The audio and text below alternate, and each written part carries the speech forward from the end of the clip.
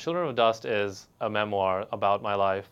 And the title of the book comes from the Quran, which from verse 61 in chapter 17, where Satan is actually mocking God for having created humanity from dust.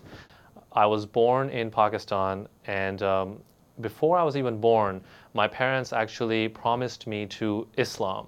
Shortly after my birth, I was taken to the Kaaba in Mecca, which is in Saudi Arabia, and had my chest literally rubbed against the walls of the Kaaba. And that really is kind of the relationship that this book sort of traces, my relationship between my parents, myself, Islam, and being Pakistani and in the modern world. And so as I grew up, I lived in rural Pakistan, attending a madrassa in a desert area of Pakistan. And after we moved to the United States, I grew up in a fundamentalist sort of family in the American Bible Belt in Alabama.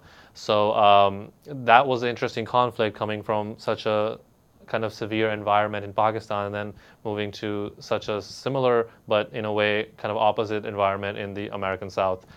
Eventually, I went back to Pakistan to sort of trace my history, had a weird sort of run-ins with a lot of the people that I used to know, including people that were spouting very pro-Taliban, militant rhetoric, and kind of antagonizing me about it, because now in their eyes I was an American.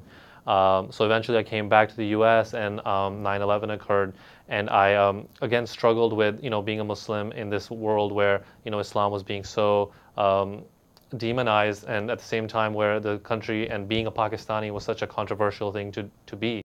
I didn't write this as a informative book about Islam. I did not write this as a political book. I simply literally just wanted to write a story that chronicles as authentically, and quite often it was very embarrassing and difficult for me to open up about a lot of these things that have occurred, but that occurred in my life. But I really wanted to go ahead and put those out there without any editorializing. Just tell people a story of how a boy growing up in a conservative environment kind of goes through all these conflicts, goes through a number of strange and admittedly, weird encounters, but at the same time goes through a number of hilarious and, confusing struggles. So, it's not really geared towards Muslims per se, and it's not really geared towards non-Muslims. It's a literary investigation of one's kind of history.